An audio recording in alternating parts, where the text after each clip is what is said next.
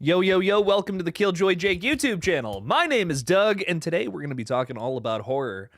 Specifically upcoming horror, we have a lot of things, a lot of fun things to talk about.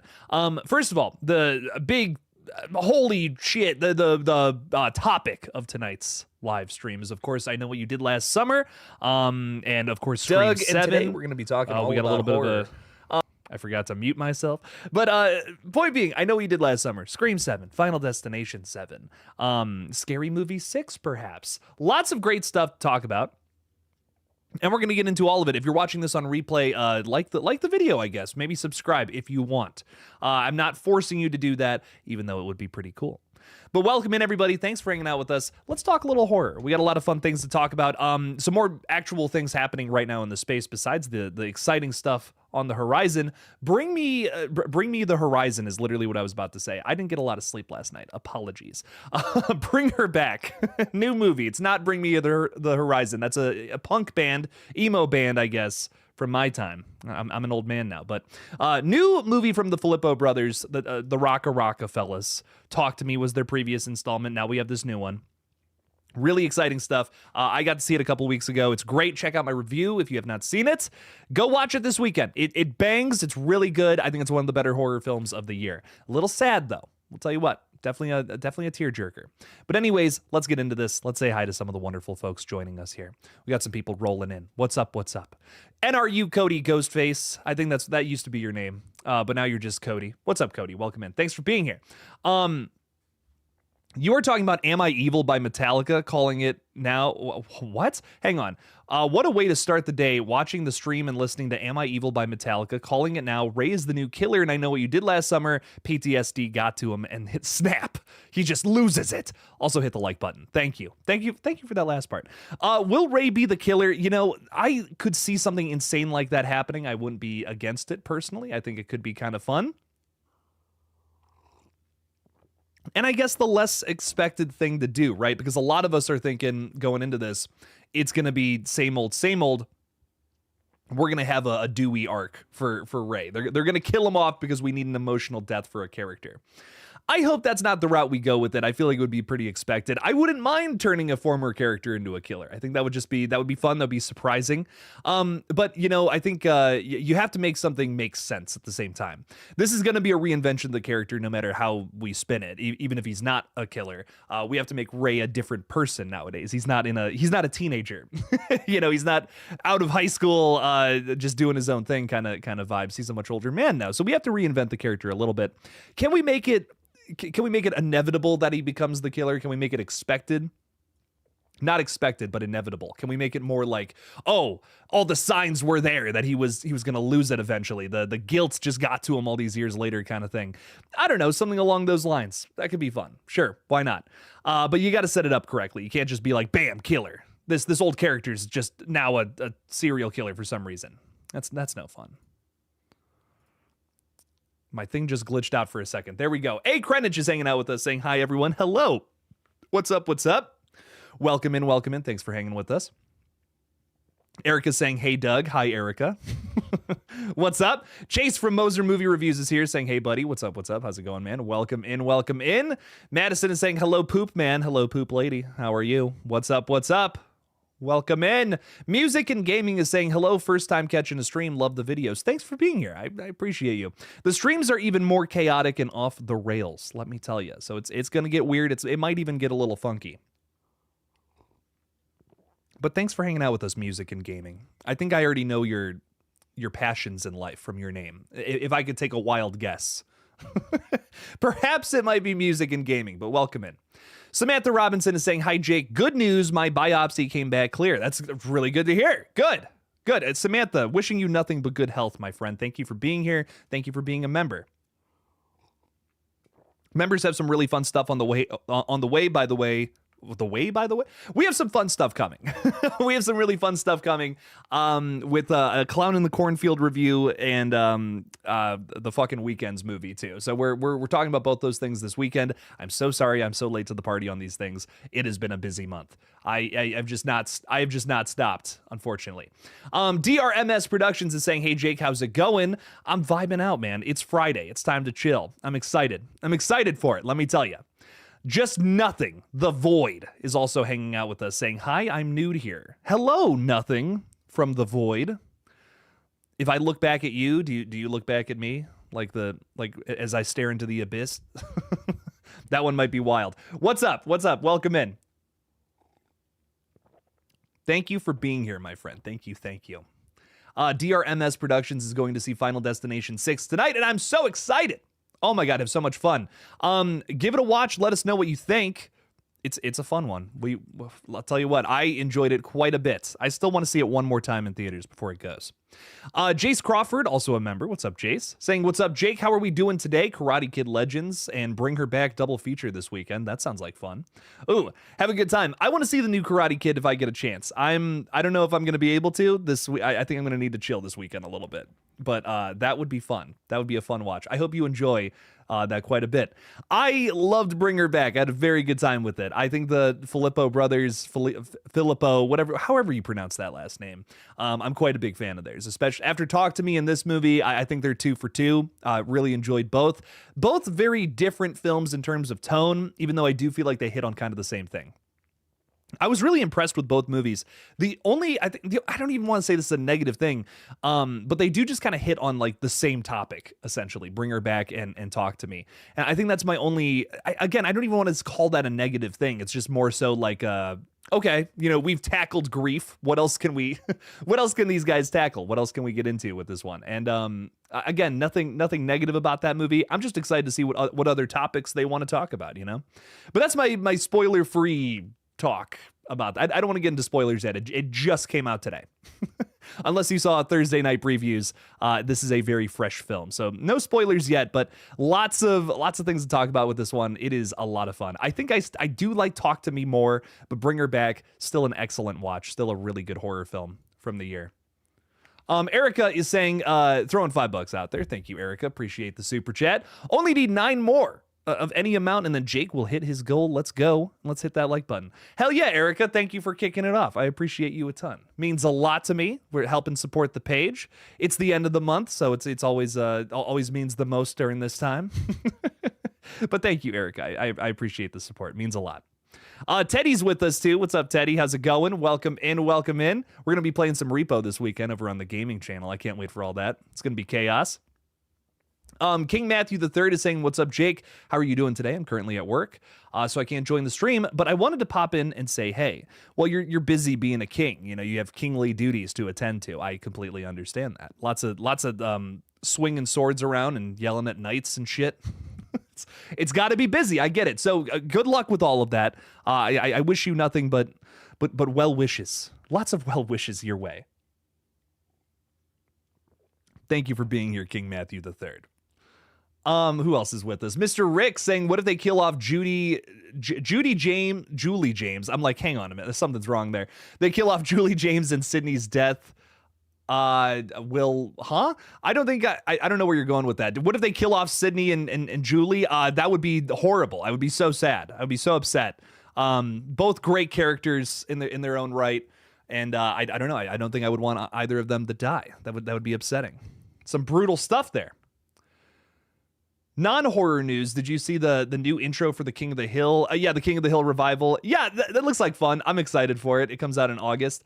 King of the Hill, I have such a weird relationship with that show. I didn't get it as a kid. I didn't get the joke because I was a child. And it's weird. As an adult, I love that show so much. As a kid, I was like, oh, King of the Hill, turn that off. I don't get it. It's not funny to me. And now as an adult, it's fucking hilarious. It was one of those things. I completely swapped. Like Family. I loved Family Guy as a kid. I can't watch it now. Like it is unwatchable to me. King of the Hill, totally the opposite. I did not like it as a kid. I love it. It's like one of my favorite animated shows now. It's weird how your taste changes over time. It's bizarre.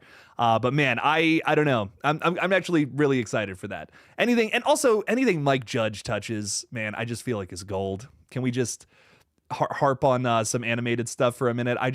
Mike Judge, he's just phenomenal. But we also got Eli Cortez hanging out with us, saying, what's up, Jake and chat? Yo, Eli, welcome in. Critical Overlord is saying Buffy is waiting for you. Dude, I still gotta sit down and watch that. I'm intimidated. I'm so intimidated by Buffy. It's so long. There's so many seasons. And I've heard that, I think I don't know if it was you who said this, but somebody told me it's like, it doesn't get good until like season 2. And that is another, like these are the two things that like make me want to avoid a show. I want to watch it so bad, but dude, there's two big things that always like turn me off from a show when people are like, it doesn't get good until later on and it's very long. These are two things where I'm like, I want to watch that so bad, but do I have the time?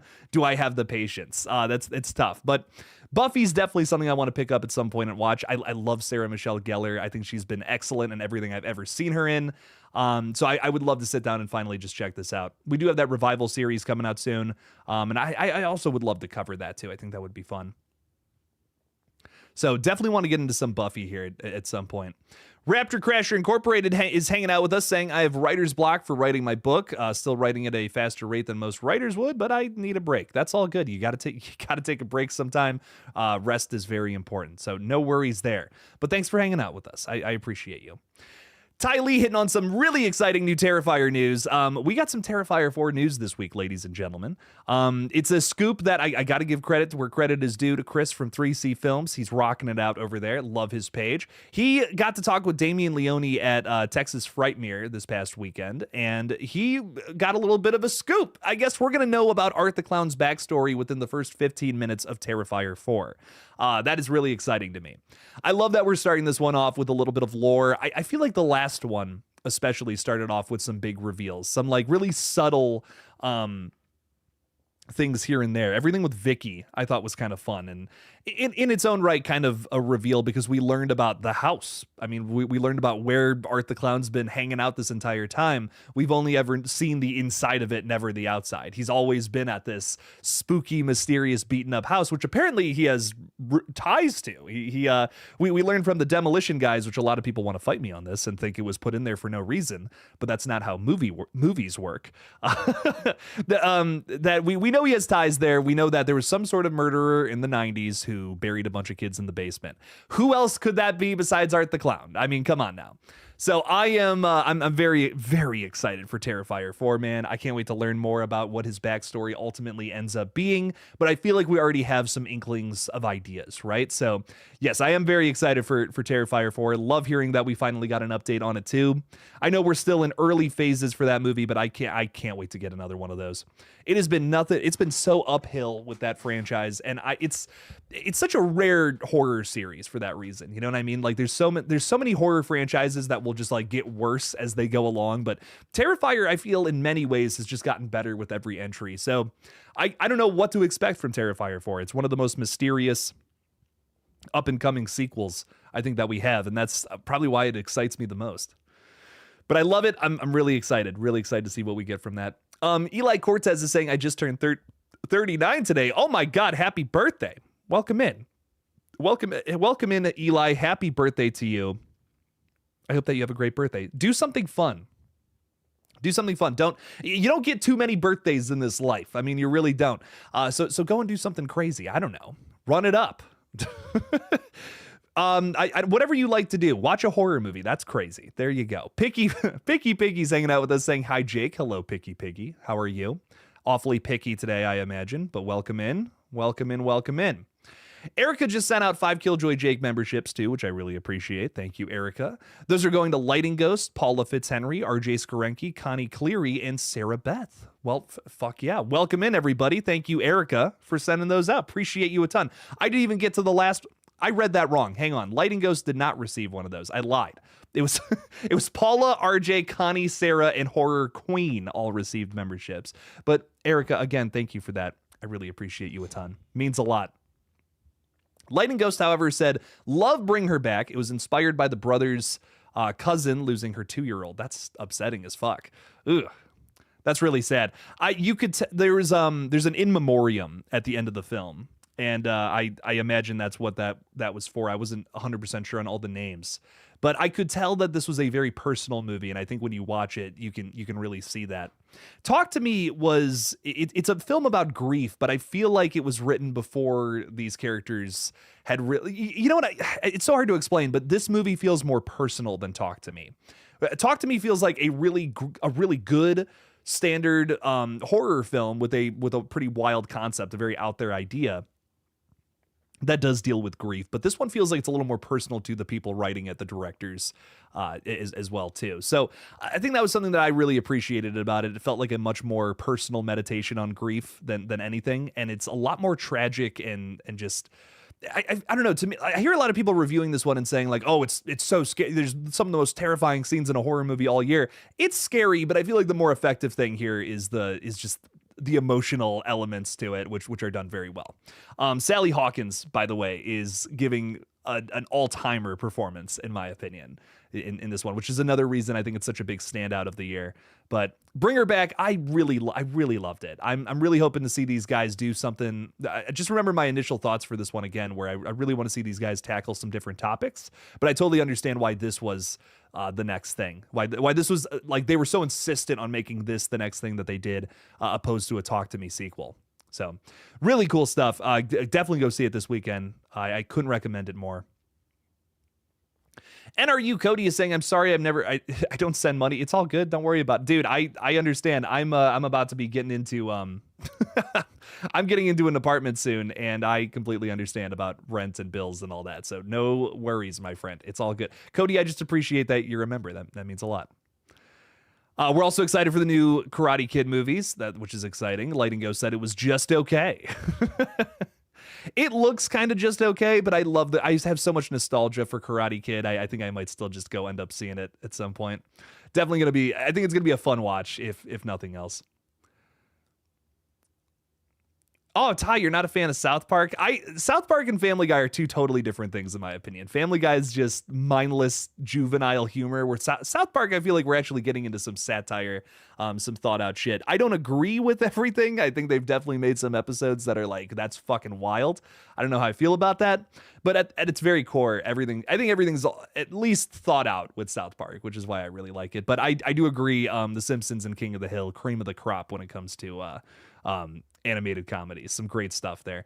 Early Simpsons too. We gotta specify. Early Simpsons is so good. Ooh, not that it's terrible today, but early Simpsons is just that's the best. Come on now. Jamie Hart is saying Buffy is absolutely worth watching. I know. I gotta sit down and watch it. I've heard that it's very good. And I would like to get there at some point. I would like to make that happen. It's a commitment though, man. And I'm trying to watch what is it? The Handmaid's Tale with Madison right now, and even that's been a struggle. We've gotten through like 5 episodes across multiple weeks. We're both very busy, in life. Lots of things are going on, and it's tough. So it's crazy, but I would love to watch that at some point. Would be fun. Our Life in Horror is saying, hey, hello, Our Life in Horror. How are you? Welcome in. Thanks for hanging. Thanks for talking a little horror with us today. You have some high standards there, Raptor Crasher. If Terrifier 4 is anything less than a 9.4 out of 10, I will riot. Jeez. For the 4th installment in anything, I am not looking for a near perfect film. You're going to be lucky if you get something like that. I'll tell you what. I love Terrifier, but we do have to remember this is installment number 4, the 4th try at making one of these kinds of films. I don't know. Anytime the later we get into sequels, the little more apologetic I am towards them. I will say that. Like Saw X, I definitely was a little more I was a little more lenient on. It's a great film. Don't get me wrong. I love that movie, but it's not, I wouldn't call it perfect by any means. And that's just because it's the 10th installment in a franchise. You know what I mean? That's what's tough about it. There's elements to it that I feel, are just expected from a Saw movie just because you're at that point in a franchise. So you can't be too hard. You just can't be too hard on these later films. They're trying their best to keep these series going, I guess that's kind of my thoughts on it, though. Marley Kai is saying, hello, Jake. I am here currently battling a hornet's nest. Do you ever use the gasoline trick?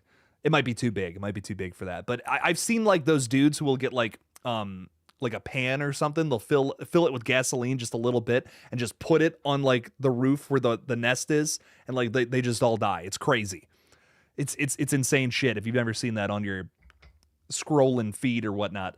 But if I ever have a hornet's nest, that's the way to do it. They can't sting me. They're all trapped in there. That's probably my worst nightmare. It's just 1,000 bees coming after me. If they could find a way to make that look good in a horror movie, there you go. Rock and roll. Who else is with us today? Gory Tiger saying, what's up? What's up, Gory Tiger? How are you? That tiger is still gory, I see. Very good. I'm glad the tiger's eating well. Ghostface, someone shit in the wave pool, is saying, okay, I tooted, but I didn't shit in the wave pool. I don't know. Your name says something else. I'm just saying. Sounds like you might have done both, in fact. Jeez. Thomas Clark's throwing $2 out there. Thank you, Thomas. Saying just making sure you get to your goal. Appreciate that a bunch, my friend. Thank you. Thank you. We are 2 out of 10. Almost, not almost there, but we've scratched the surface, and I appreciate you guys for that. So thank you. Thank you very much. What else do we got going on? Reaper Kid saying, what's up, Jake? Yo, yo, yo. Welcome in, welcome in. Picky Piggy saying, do we know what Holiday Terrifier 4 is about? Hoping it's about Halloween again. They might do a thing where it loops back and gets back to gets back to Halloween. I almost would want a different holiday, and I'm also just thinking about some of the things that Damien has said. He's spoken a little bit about what else he would want to do with Art the Clown, and he says he has so many different ideas for set pieces, and also just like different holidays, different things we could throw Art the Clown at, which would he wouldn't want it to feel like a missed opportunity, I guess. To not be able to throw them at maybe a different holiday, maybe a different kind of setting for that reason. So I'm down for whatever. Is there any more? I guess that's the question. Is there any more potential for another Art the Clown Halloween Massacre? We have done that technically like 3 times with the character in various different incarnations, but I'm here for whatever. If you don't want to make a holiday themed slasher film too, that's totally fine by me. I would not mind just a standard film that continues from where we left off. I wouldn't mind that either. So whatever it ends up being, I'm personally down for it. But I would not mind seeing Art the Clown in some bunny ears, because I think that would be very funny. Thomas Clark saying, Jake, if I know what you did last summer does good, do you think they'll greenlight a trilogy? I know they're already talking about a sequel in the works, but I wonder about a trilogy. Everything's trying to be a trilogy these days. I promise you there is going to be some sort of attempt at building a bigger story in this film. That is the question, though. Will this one do well? I mean, let's just look around for a minute here. We have 32 people watching. I greatly appreciate you guys, by the way. All of you watching, supporting the page means a lot. But clearly the hype is not as exciting as something like Final Destination. We were pulling like 100 people for Final Destination Bloodlines talk. So I don't know if the same energy is there with this film as there was with something like Final Destination. I think the biggest thing with that is, I know what you did last summer. We've talked about it a lot. It doesn't exactly lend itself to a franchise as much as something like Final Destination. I really do enjoy the first film. I have my criticisms of it, which we've talked about. I think I like the sequel even more because it's so much more campier and just leans into the ridiculousness of a sequel to that film, which there's something about that. There's a charm to it that I really like. But does it lend itself to a big overarching franchise? I mean, I guess that's the big question. Maybe not everyone's sold on it yet. But that doesn't mean the movie sucks. You know what I mean? What if this movie comes out and it fucking rocks and people are like, okay, I'm sold now. It could be a word of mouth thing. You never know. And I think that's why I love covering these things. That's why I love counting down to them, because who knows? What if this is the biggest hit of the year? You know what I mean? We don't know. There's some potential for that too. I really like a lot of the people involved. I mean, of course you have the legacy characters who are great, but the new people too, this is a good cast of new characters. Like honestly, I'm sold on the movie alone from its cast. Madeline Klein is one of the biggest standouts from Outer Banks. It's got a great cast across the board. Rudy Ponco, Chase Stokes, so many great actors and actresses in this in that show. But Madeline Klein, dude. Here's my thing, not to spoil Outer Banks too badly, but this is a character that goes from a bad guy to a good guy across multiple seasons. And I think it's done and written very, very well. I would love to see what this actress does with something like I Know What You Did Last Summer, which Outer Banks is very similar to. I have always compared Outer Banks to things like I Know What You Did Last Summer and Uncharted. If those two things like blended together, you get Outer Banks. And I think that's such an interesting mix, which is why I'm really excited for I Know What You Did Last Summer. I feel like they have the right people. You have a director who truly loves the original. I've heard her talk about it, and I think she gets it. I think she gets what makes that original so much fun. And I guess I'm just excited to see where it goes. I I hope the legacy characters don't like dominate the series like some other franchises out there, because we gotta let these new characters breathe. If you're gonna introduce new characters, give them some room to shine and do their own thing, right? But we'll ultimately, it's just one of those things where I feel like we'll see. With Final Destination Bloodlines, we had a lot of faith going into that one. They marketed that film very well. There's a lot of hype too. We hadn't had a new continuation in that series in a very long time after getting pelted with sequels, which most of them were good. The only one I think is like widely disliked is The Final Destination, right? Then we just didn't have one for a very long time. Left on a high note too. Final Destination 5 is, in some fans' opinions, the best one. So now we get a new franchise entry, and it's a huge hit. Of course it is, because people love that franchise and they remember it fondly. With I Know What You Did Last Summer, it's just simply in a different position, right? I mean, the last film, or even let's just go back to the last big thing that I Know What You Did Last Summer did, which was that Amazon series, which was just not well received. I got through an episode of it. I personally was not crazy about it. I know that we do have some people that hang out in the chats that did really like it and did enjoy it, but just general perception was not very positive for it. So if this film is a big hit and turns the whole reputation around, essentially, just from where people were with it, with this franchise, we could get something. We could get a whole new trilogy. Who knows? Sorry, that was a big long tangent. But the reason I'm covering this one so closely is because I feel like we could have a sleeper hit here. Maybe I'm on the fence with it. I'm 50-50 with the new I Know What You Did Last Summer. There's things I'm seeing that I feel like could be better than the original. I think I'm putting my money down right now that this one will have better kills than the original film. That's a place you can improve upon, in my opinion. So I definitely feel that with this new trailer, that there's been an emphasis on that. Maybe some cooler killer reveals. I don't know. We'll see. But I'm holding out faith. This could be something special. Lightning Ghost is saying, saw Apartment 7A last night. It was basically the same movie as Rosemary's Baby, just a different ending. I never got around to that one. Never watched it. But I heard it was it's the prequel to Rosemary's Baby that they put on Paramount Plus. You might have forgotten about this one that came out last year. I always wanted to watch it. It's got a really good cast. But I heard that one was not great. I saw some reviews that I was just like, ooh. But I did want to check that one out. I'm hearing you're not loving it though. It was basically just the same thing, had a different ending though. Okay, well that's fascinating to me. I could get into that. Lightning Ghost is asking how far I made it into Yellow Jackets. Unfortunately, the only time I get to watch stuff nowadays, because I just work all the time, is on the weekends. And if Madison isn't into something, we don't watch it now. That's kind of just where I'm at. And I don't know, she just wasn't really down for Yellow Jackets. I love it. I thought it was fantastic, but I have not made it any further into it. So at some point I do want to sit down and watch all of that. I just keep talking about how Joel McHale is in the franchise somehow with Jasmine Savoy Brown's character. I want to get to that so bad. I'm dying to get to that point. So I'm really excited, really excited to get deeper into that show. And I don't know, I'm dying for it. I will say Handmaid's Tale, we've been getting into that lately. It's very good. It's very heavy. It's just it's a hard watch. There's a lot of just insane tough themes and tones that it gets into, stuff that I have trouble watching. It's very well executed and just an excellent satire and show in general. Satire might be the wrong word. Like maybe political commentary. But it is tough. I mean, there's no fun to be had with that show. It is just it's just a terrifying situation that these characters are thrown into because of unfortunate circumstances, and it's fascinating to me. Yellow Jackets definitely was a little more fun. So at some point, I might need a break from Handmaid's Tale and get into that for sure. Your Fubar is saying, since I made you the recommendation last time, what did you think of Freak Dog? I don't think I actually ever got around to watching that. I'm so sorry. Did I find that somewhere? Hang on. I don't even think I could find it. I think that's what it was. Was it not? I had to pay. I'm gonna sound like such a fucking cheap ass, but I had to pay money for it, and I was really tired, and I fell asleep and forgot. I'm so sorry. I'm gonna put that. You know what? I'm actually gonna spend the $2 today, and I'm gonna put this on because I remember the description of this movie, and I need to put it on and watch it.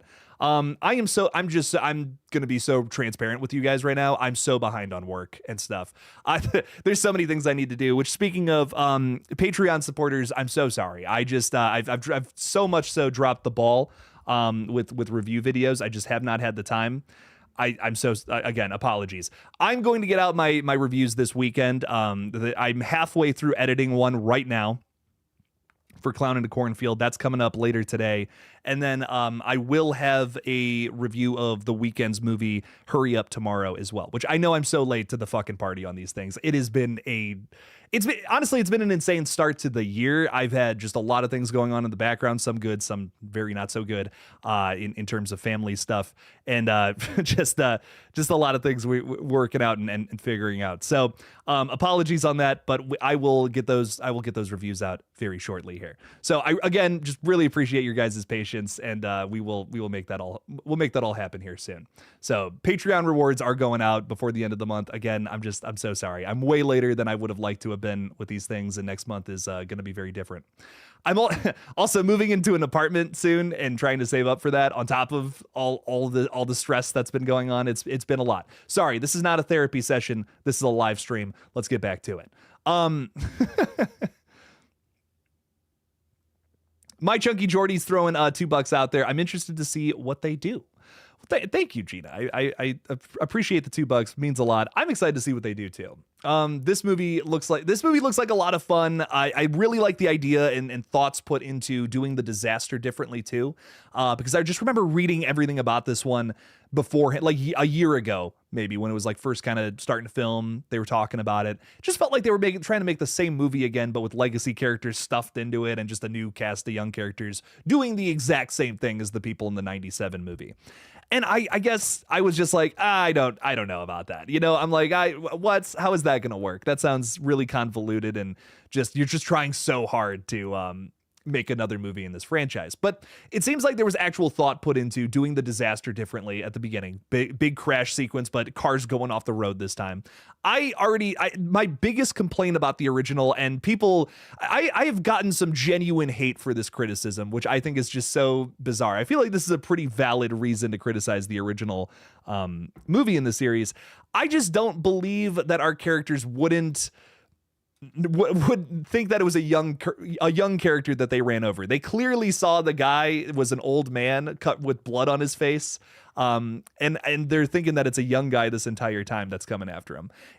I don't know. It's just such a problem. Most of the movie is spent like trying to figure out if it's this young guy who somehow lived and is coming after us. They clearly saw it was an old man. I mean, I don't know, dude. They try to explain there's blood on his face. They were drunk. I just don't buy it. Even when I'm drunk, I can remember that I talked to an old man, or I saw an old man last night, or opposed to a young person. It's just, I don't know. Maybe if it was someone who kind of looked like the guy they ran over, it's a different story, but it's just a tough thing. I feel like doing the disaster like this, where you've run somebody off the road and their car has crashed. You didn't have enough time to see who that was.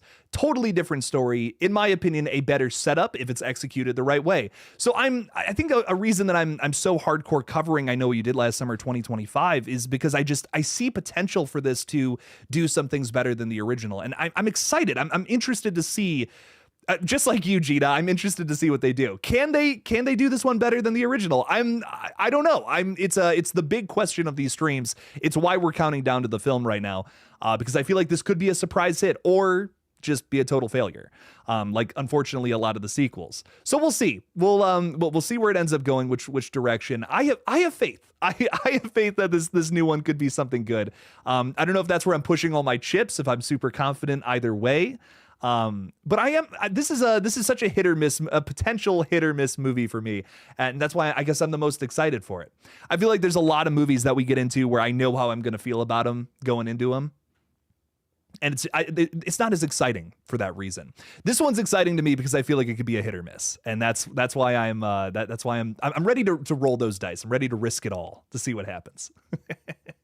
But Gina, thank you for the $2. I really do appreciate you a ton. Thank you for the support. Means a lot. Your Fubar is also asking, have there been any horror movie or horror movie franchises that were ruined for you due to a director's off-screen activities? Yes, absolutely, and it's Jeepers Creepers all day. Man, that's such a shame. I talked about this a bit on the last stream, interestingly enough, but when I was a kid, I saw Jeepers Creepers 2, that opening scene, and it scared the fuck out of me. I mean, I don't think I've ever, I don't remember, I don't have a memory previous to that where I was so terrified by a horror film. And seeing that opening scene, the kid getting picked up and lifted away, just terrified me. And I remember just anytime people ask me like, oh, Jake, what's your favorite horror film? For a long time, my answer was Jeepers Creepers 2. And now I feel like I would just, now I just feel gross. You know what I mean? Saying Jeepers Creepers, knowing what Victor Salva was up to and what was going on in his mind, probably making those two films. And it's just upsetting. It's just such a horrible, it's a tainted franchise forever, just like you said. I mean, it is just, it's awful. It's an awful scenario. But it's a tough thing with films because it's like, but can you judge? Can you separate the artist from the art? Is that something you can do? And I think it's just so case by case for me, at least. Something like Jeepers Creepers, again, if you like Jeepers Creepers, all due respect, but there are elements to that film where I feel like there's some of Victor Salva's disgusting filth that he's kind of integrated into it, and that's what makes them tough watches for me. But I do like, it's one of those things where I'm still nostalgic for it. I still really love elements to it that I think are really terrifying and interesting. But it's just kind of a gross franchise to me now, unfortunately. So. And it's not like they're doing anything really worth your time with it these days. Man, Jeepers Creepers Reborn, yikes. Whew, man. If there's any new franchise continuation that you can skip, it is that one. But yeah, that one's really tough. And I know I've been getting, I trust me, I see your guys' comments. I know a lot of people are excited for Scream 7, but it is a hard it's a hard franchise to talk about right now with everything that's happened. Just a lot of rough things going on behind the scenes. You know what I mean? I feel like it would almost be weird to come out the gate and just be like, I'm excited for Scream 7. I am excited for Scream 7, but it would feel wrong not to talk about all the stuff going on behind the scenes as well.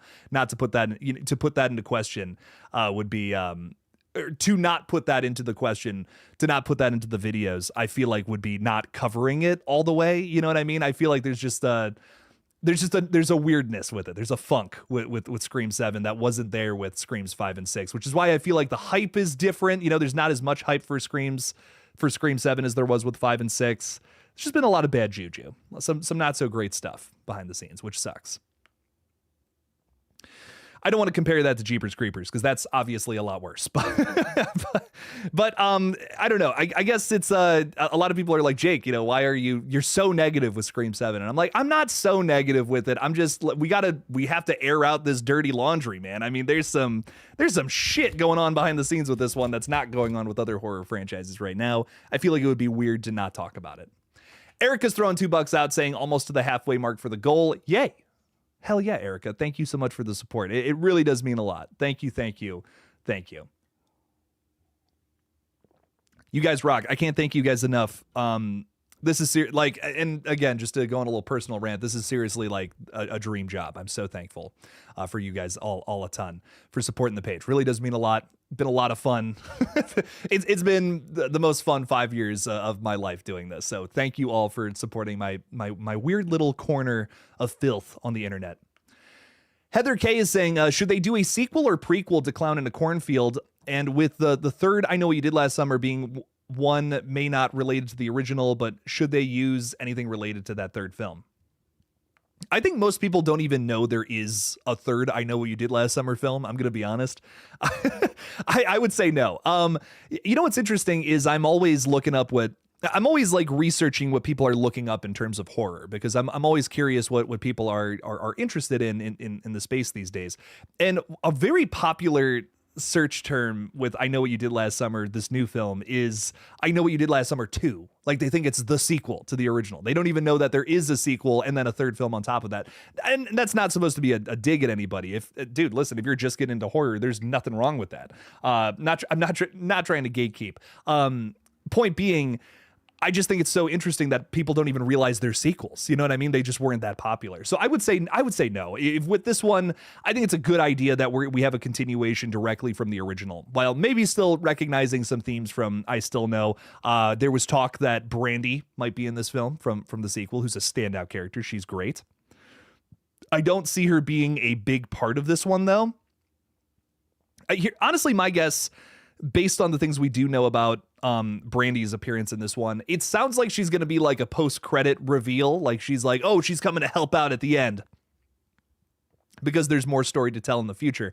That makes a lot of sense to me. Brandy was like kind of not a last minute addition. That's not how I want to word this. She was kind of talking about I Know What You Did Last Summer and saying, I lived, I'd love to be in the next one. And Jennifer Caton Robinson, the director, had actually said something online, said, hey, like, let's have a meeting. Let's talk about this. Let's see if we can get you in the film somehow.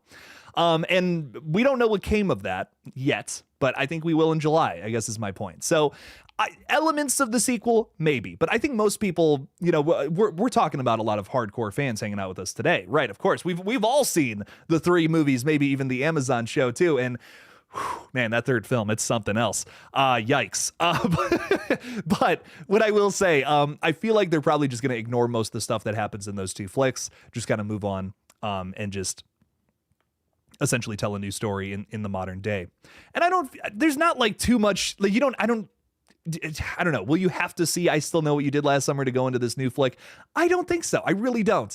You don't really need to know too much about what ended up happening in that film. It feels almost like a standalone story, I guess. Ray and Julie are still together, right? I guess they're broken up here in the new flick, as we've learned recently, but that's really I don't know. I feel like no. I feel like they're probably not going to use a ton of stuff from that. It would be my guess. Heather K. But it's a good question. It is a good question because it's like, what are they going to pull from these? It's interesting to think about. Blucka's joining us. What's up, Blucka? Who's got a little bit of a contrary opinion here, saying, I Know What You Did Last Summer is already showing its lack of creativity with the exact same intro, which results in the exact same choice to dump a body and results in the exact same killer costume. I mean, couldn't you say the same thing about Scream, though? They kind of do the exact same thing every single time, and it's still a lot of fun.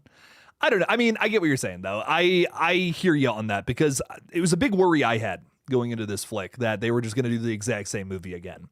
But I can't not appreciate the fact that they have worked to make the opening thing different. I mean, we got that scene in the trailer where it's like the car went over the side of the cliff, and that is absolutely something I've always thought about while watching that movie. It's like, what if someone drove off the cliff there of that winding, going around the cliff kind of highway like that? Like, that's terrifying.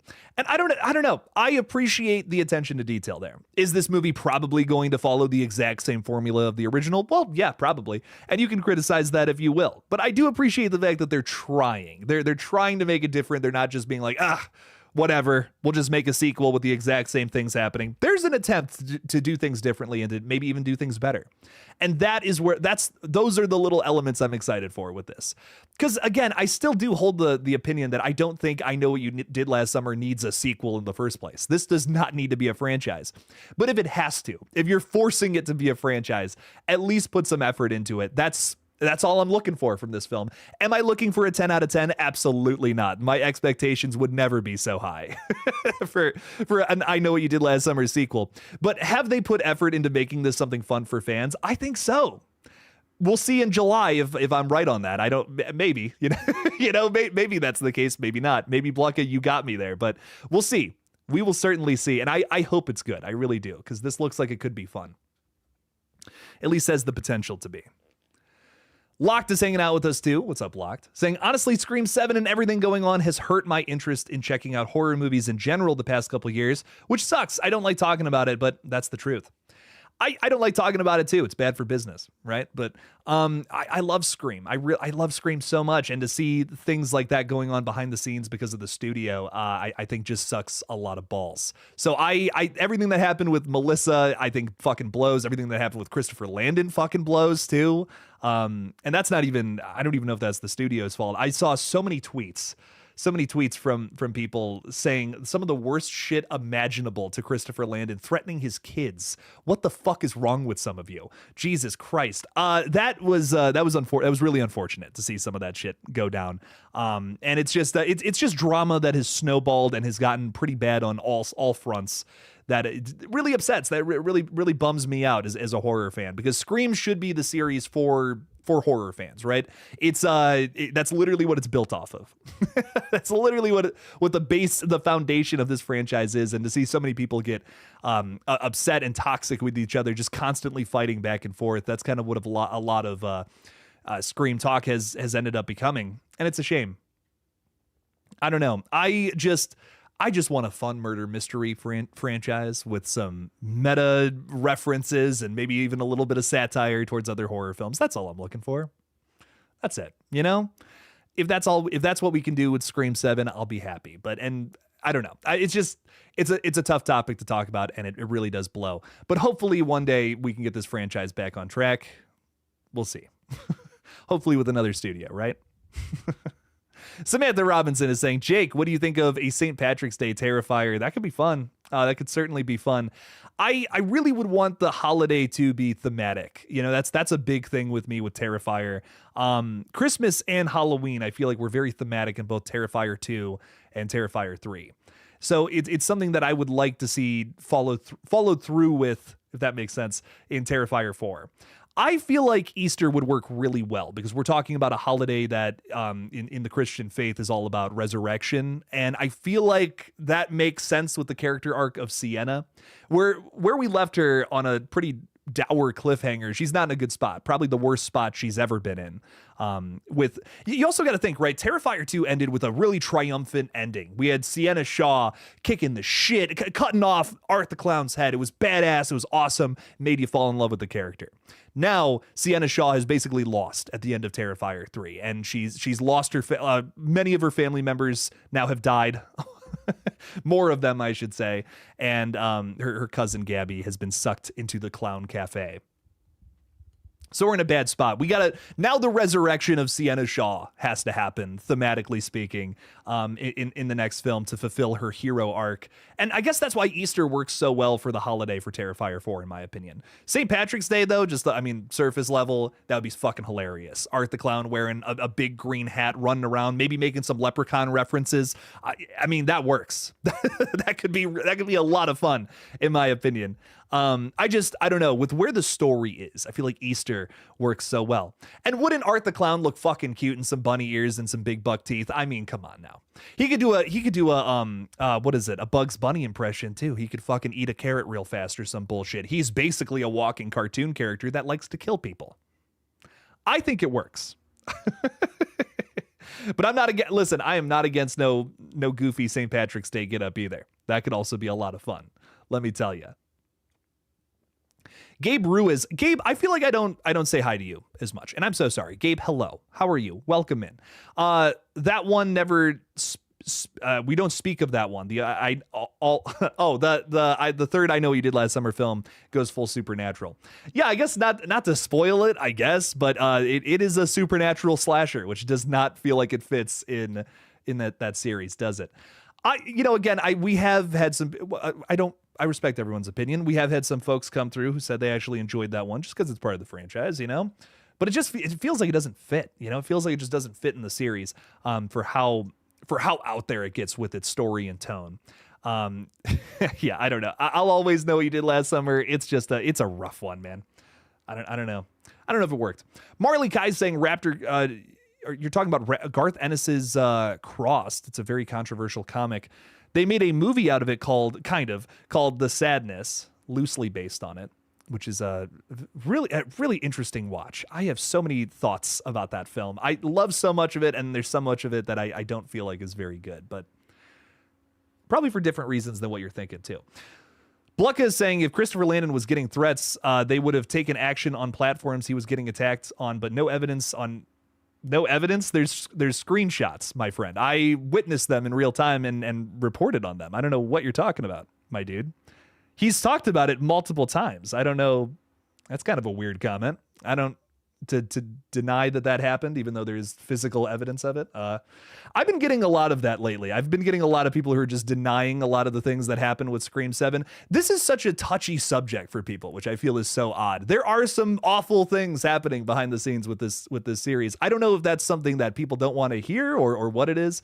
But yeah, no, there's that happened. I wouldn't be talking about it like it happened if it didn't happen. That's a very serious subject, and to deny it, I just feel like it's kind of weird. So I don't really know.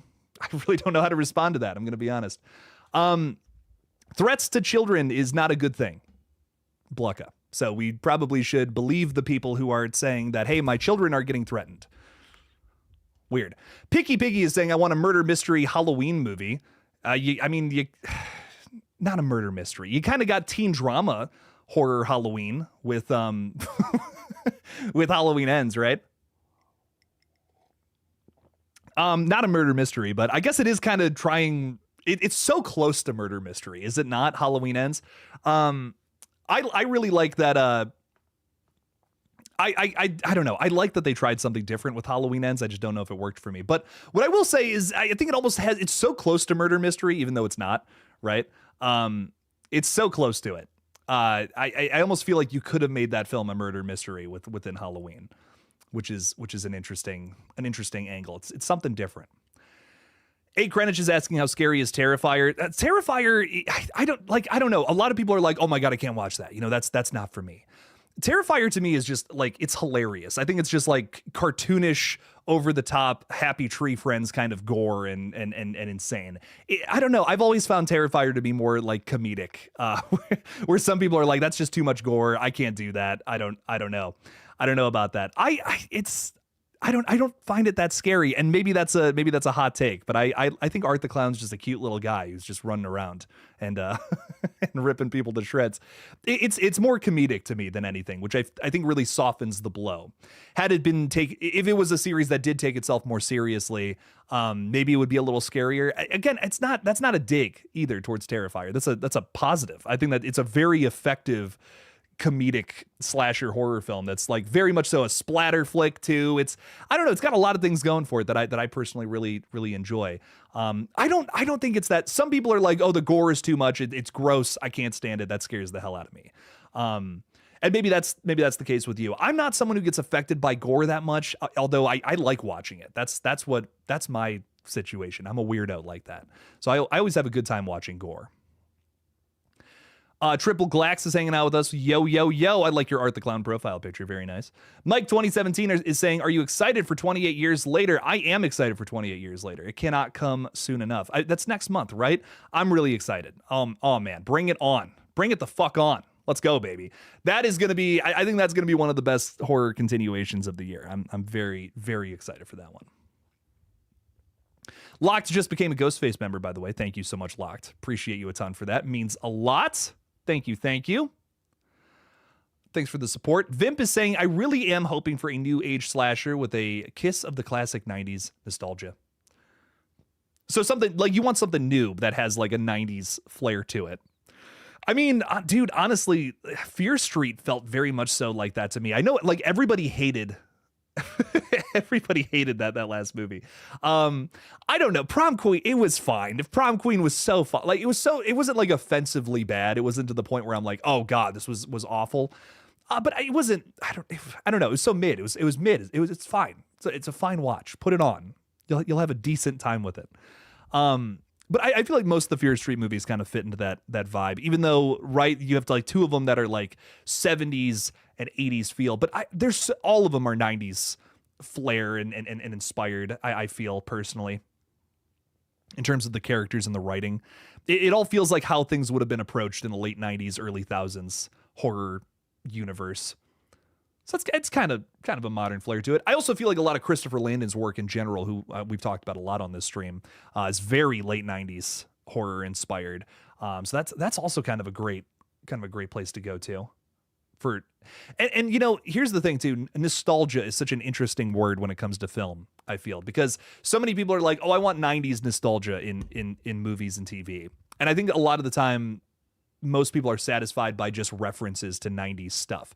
But I feel like we can take 90s nostalgia or just nostalgia in general in film and do it differently still. There's so many people who are like, oh, you want nostalgia in something? We'll do references to the time period. How about something a little more subtle, something a little less on the, something a little more, less on the nose. Yeah, that's the way to word that.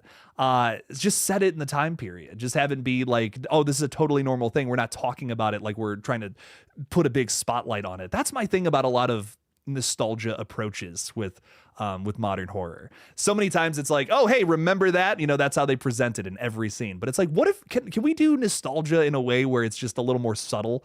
It's just kind of like you're going for a vibe of something. Like, how many times have we watched something that took place in the 80s where it did not look like something that came out in the 80s? Like, oh my God. I love Stranger Things, and I honestly enjoyed that new Fear Street movie. I did. It's not great, but I wouldn't call it awful either. But it doesn't look like something that came out in the 80s. You know what I mean? Like, what if for nostalgia, your goal was just to make it look like something from that time period and nothing else? That's still nostalgic. You're still hitting those beats in a way that some other people wouldn't even think to do or care about. I feel like that to me is like the most interesting way to approach that nowadays. So I don't know. I would love to see something like that. That's my thing that I'm hoping for and wishing for in terms of nostalgia in a modern series. I have talked, my sister and I have gone back and forth about that so many times. We're like, every time they try to do nostalgia, it just feels like a company trying to be like, hey, you guys like this, right? It's like, man, what about just trying to recreate a vibe or a feel? That's what we like about 80s movies or 90s movies. They looked a certain way. They felt a certain way. They weren't constantly pushing things in your face like, hey, this is a thing that's really popular right now. Check this out. I don't know. So I'll go on and on and on about that. That's a conversation right there.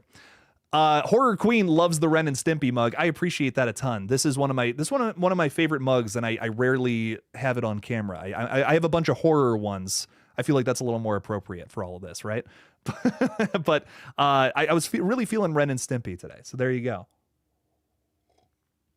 You want to hear something gross? I'm drinking black coffee out of this. Black. No cream, no sugar. I've fallen in love with black coffee in the last couple of years. It's most of what I drink when I'm working doing stuff. So I want to hear from my black coffee drinkers out there. Who else is disgusting like me and likes the bean juice just straight up? Let me know. Reign of Horror is saying, hey everyone, hope all is well. Same to you, my bloody-handed friend. Welcome in, welcome in. Awesome Destroyer is saying, wait, Jake, did you see that someone in Virginia died recently because he hit a log truck and logs went through her windshield? Dear God, they should have watched Final Destination. I shouldn't be making jokes. That's really unfortunate. That's horrible. Death is always terrible. In real life, death is always terrible. Any real death is not something to celebrate. That's horrible. But dear God, it's like it's like the prophecy is coming true. You know what I mean? Everyone's like, oh, that would never happen in real life. Well, it did. See, we should be scared of Final Destination 2. You're justified in that now. Sarah with the smiley face is saying maybe Terrifier 4 can be out Sienna finding Gabby in hell, or Sienna will be in jail. Sienna might be in trouble with the cops after everything. How is she going to explain this? You know, how is she going to explain this twice? Well, I guess, here's the tough thing. What are the cops thinking about everything going on with Art the Clown at this point, right? Because the world knows that there is an Art the Clown, a serial killer out there who's going around killing people dressed as a clown. But here's what the cops also know. That they sent one of their guys out there to go investigate, and he was missing a head probably when they found him. What if you're the cops, what do you think about that? You're like, the perpetrator was supposedly dead. What is going on here? What is happening? I don't know. That's Sarah. Honestly, that is a great question that I feel Terrifier 4 may get into. Potentially. Because there is a possibility that maybe the cops are starting to think, oh, Sienna Shaw is the one doing all of this. She's dressing up like a clown and running around and killing people. So many of her family members are dead. This has happened so many different times. What's going on here? There was also a hint of that in Terrifier 3. There's a little bit of a hint that maybe she was involved. If you remember the podcasters kind of talking a little bit about that, that could definitely be a situation in here. I do want to see Sienna potentially go to hell to save Gabby, though, because I think that would be a lot of fun. And also, look, Damien Leone is great at many things, but one of the things I love the most about him is his practical effect work. Will he be able to make a bunch of practical effect demons like the little tease we got in Terrifier 3? I think absolutely yes. Yeah, we got to see a practical effect demon in the last one, which was a lot of fun. But will we see more of that in Terrifier 4? Yeah. Yeah. I am Lord. South Park reference. We were talking about that earlier. Bam!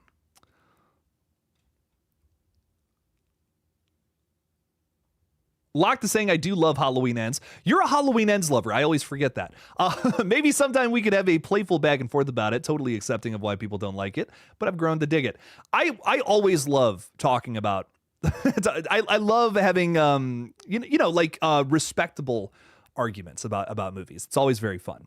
I've had a lot of great conversations with my friends over at Splattercast about movies we disagreed on, and it's always a good time. You see things from different perspectives, and that to me, that's what I love the most about horror talk. I don't come to this because I just want to spill my own guts on how I feel about movies. I want to get a new perspective on stuff. You know what I mean? I think some people will come to horror YouTube for the same thing. We're all looking for something new about the things we love, but it's the same situation for the creators. You know, I'm going to give you my take on this. I'm going to throw what I took away from this thing.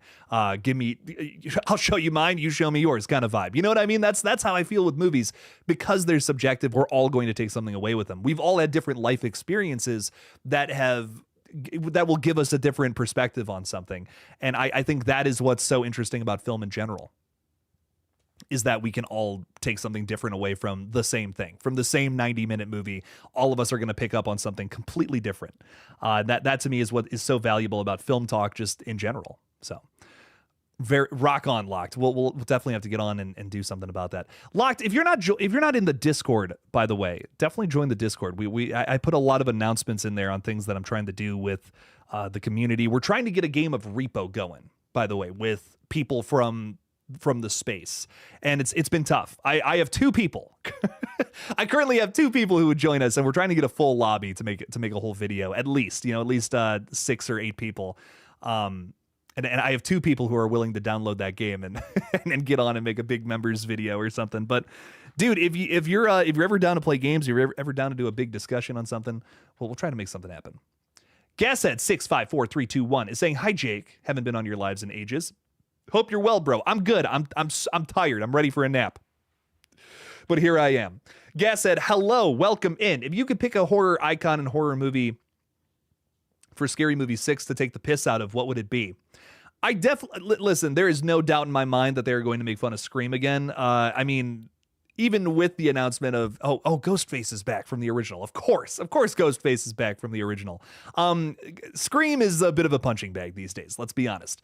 There's a lot of things that we could rip on there, but that's the obvious answer. What else could we rip on? What else could we make fun of? What else has been popular that has been maybe polarizing or has some kind of divisiveness about it? I think Longlegs would be such a great one to hit on. Longlegs is a movie where it commits a cardinal sin of kind of changing genres right at the end, like hard into satanic panic, which yes is present there the entire time. Longlegs fans will argue, well, Satan's in the background all the time, bro. And I'm like, I don't feel like that's a very strong argument for why that ending works, though.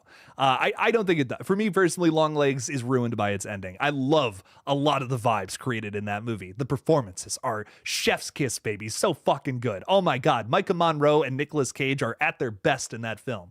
The script is what just bores that one down, in my opinion. I don't like the fact that it just decided to randomly be a satanic movie. This could have been a really interesting murder mystery that just took some kind of different turn at the end. I don't know. I don't like that it was Satan all along. It feels forced. It feels forced. It feels like it's just the obvious answer. It's like, here's this thing that is impossible.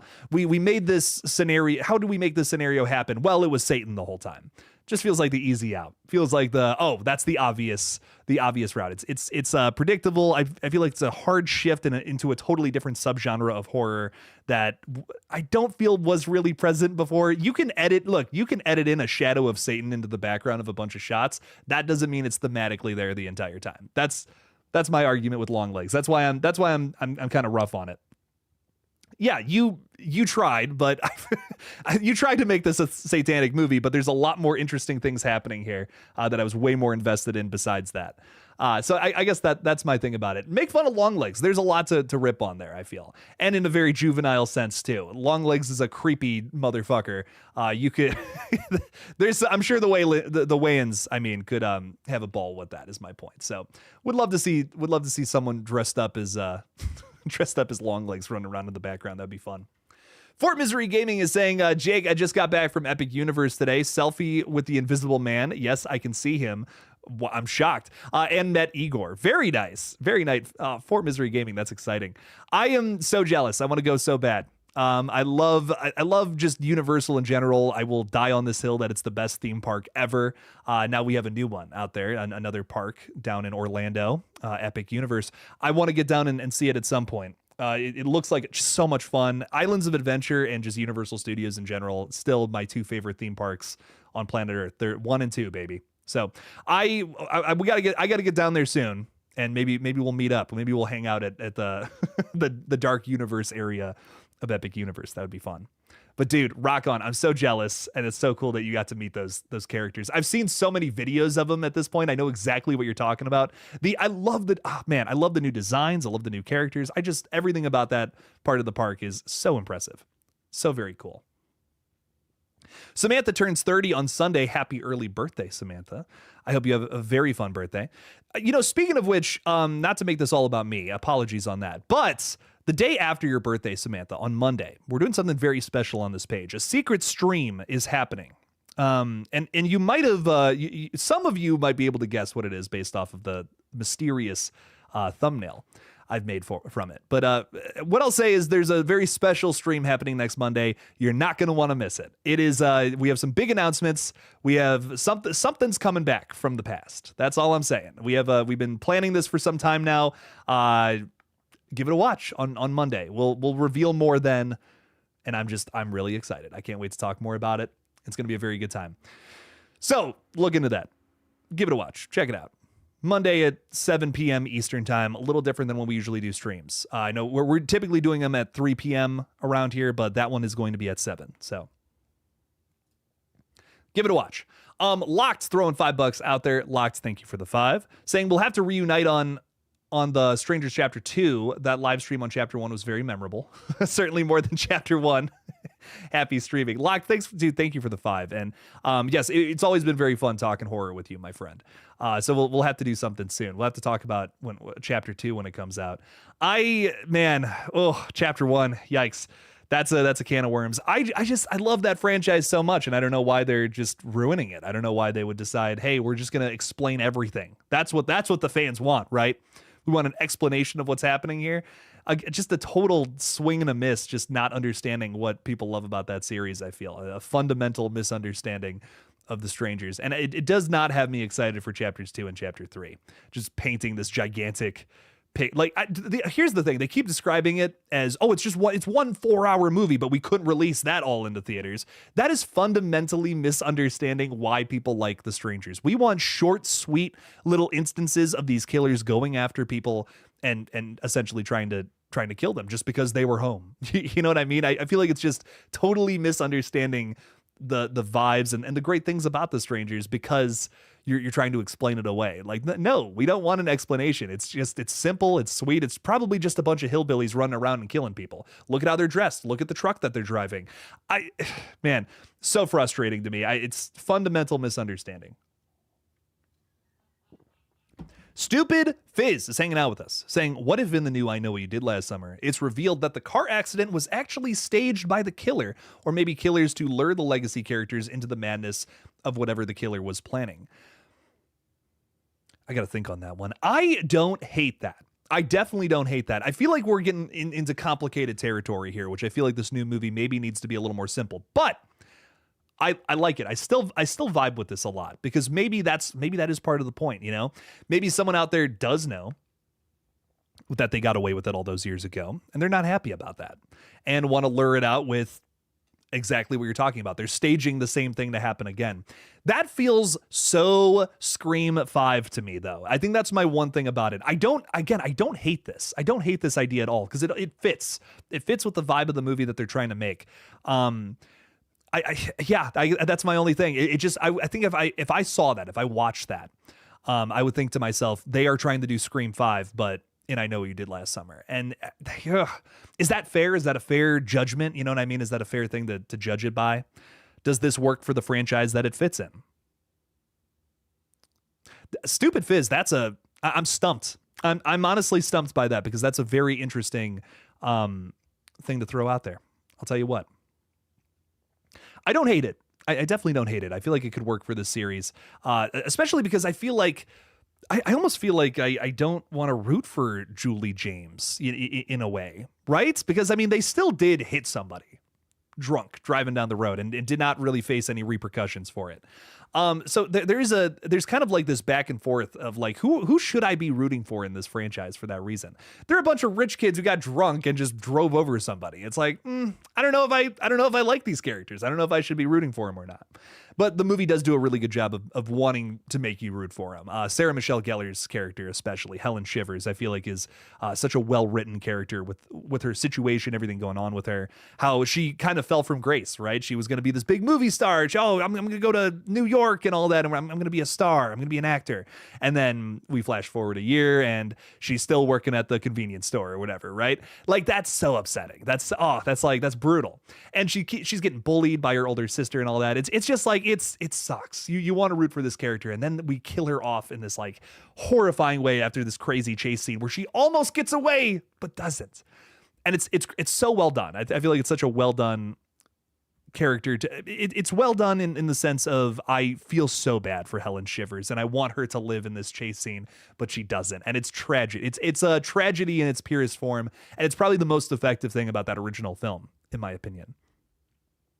So, I do end up feeling for these characters, maybe not all of them, but some of them. Can we find that same energy in this new flick, but maybe kind of spin it a different way? Maybe from the killer's perspective, it's like, well, you guys were all just a bunch of rich kids who got off and were super lucky. I don't, maybe this killer is motivated by that, which again makes them morally questionable. You're almost like, do I root for this guy? He's kind of right. That's the best villains are kind of right.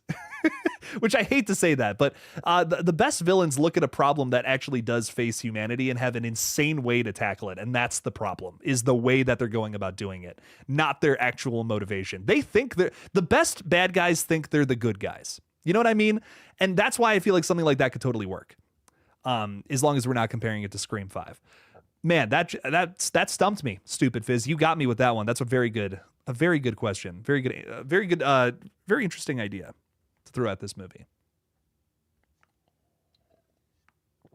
Ooh, ASMR Thai. Okay, two things I'm doing after this. Freak Dog. I'm buying it for $2 after this stream. Second, by ASMR Thai's request, I'm going to watch the Mr. Crockett kill count from Dead Meat. I cannot stress enough how much I fucking love Mr. Crockett. I love this movie to death. It is criminally underrated. One of my favorites from last year. I loved it so much. And Brandon Epsey, whose name I couldn't think of on the other stream, but I'm correcting that here. Brandon should be like front of the line to direct a new A Nightmare on Elm Street movie. I can't stress this enough. This man earned his spot with Mr. Crockett, in my opinion, and I loved that film to death. It is such a great modern take on basically a Freddy Krueger style of character, and it's done so well. Mr. Crockett, banger of a movie. I want to own that. I want a 4K of that movie. I want to put it on my shelf. It's so good. But I can't wait to see what James thought about it. And I always love seeing Dead Meat's coverage on anything. They're so thorough. They do such a good job with those kill counts. They've only gotten better with age, and I can't wait to see more. Pietro Valentim. I'm so sorry if I butcher names all the time around here, and I'm so sorry. You're excited for this movie. I wonder what Brandy's role will be. I'm actually quite excited for this movie again. I've kind of gone on the rant a lot, so I won't repeat myself too badly here, but I'm really excited to see what they do with Brandy. Again, I do feel like this movie is definitely going to try to set up a new trilogy, right? That every it's a safe bet with every requel, right? I have no reason not to believe that they wouldn't try to make more movies. I definitely feel like Brandy is going to be part of that. We know that she was kind of tacked on at the end. She had talked about like wanting to get. She's like, I don't know why I didn't get my call. I lived at the end of that movie. You know, I was still alive at the end of I Still Know What You Did Last Summer. Put me in this movie. Come on now. And we heard from the director that, hey, we'll have a meeting. Let's talk. Let's make something happen. We know that some sort of meeting happened between these two. And that makes me think that there's the ultimate goal here is to make 3 movies and that this one needs to be a hit to then solidify 2 more entries. So I definitely feel like Brandy's going to be back at some point. I feel like Brandy's character is going to be back. Maybe we're doing kind of a, oh my God, what's his fucking name? Tony Stark and, I can't remember. I'm too tired. Kind of post-credit scene where we're setting up the next movie. Nick Fury, Tony Stark and Nick Fury come at the end of this movie and say something along the lines of, we want you to join the I Know What You Did Last Summer initiative. we're building a team here. I kid, of course, but something along those lines. We're setting up Brandy. She's coming back for the next one. We're going to stop the other killers who are still out there somehow. My thing about this franchise, I do really enjoy the first 2 I Know What You Did Last Summer films. They're very fun for what they are. I think the first one is a great exercise in how to set up a character, make you feel bad for her, and just have this awful, unexpected, tragic ending for the character. Everything with Helen Shivers is like a masterclass in writing a horror character. I cannot stress that enough about the original, and it's one of the reasons why I feel like it's considered a horror classic, is that whole setup and payoff alone. But I think the thing that I ultimately scared about with this new entry is I don't think that original film needed a sequel. And this movie, it's kind of really got to fight for its own existence. It's got to give me a reason for why this franchise needs to be continued. And I need this film to answer. I need this first one to answer that before we get into a second movie in this new trilogy, I guess.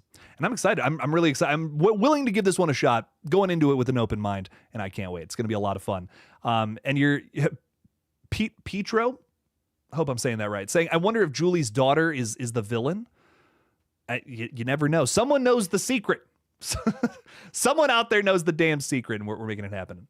I'm going to sign off because unfortunately, it's just been a day. I'm so sorry. I always try to bring a lot of energy to these streams, and I hope you had a really good time watching this crazy bullshit here.